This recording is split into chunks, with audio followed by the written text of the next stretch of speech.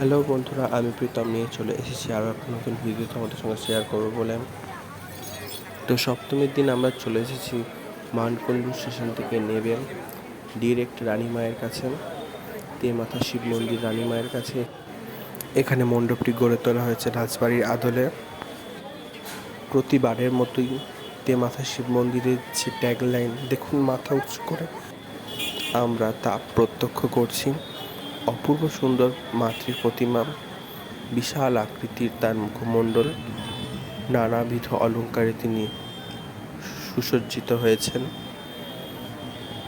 সিংহের ওপর অধিষ্ঠাত্রী দেবী, অপূর্ব কারুকার্যে তার রূপসজ্জা সম্পন্ন হয়েছে।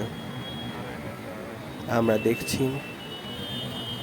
চন্দননগরের রানীমা, তেমাথা শিব মন্দিরের প্রতিমা।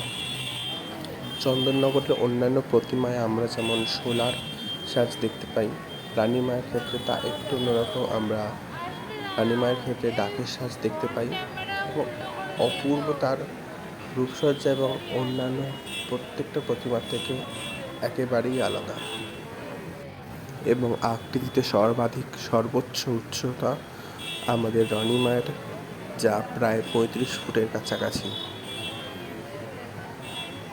মায়ের মুখমণ্ডল এতটাই বড়, একটি মানুষের সমান।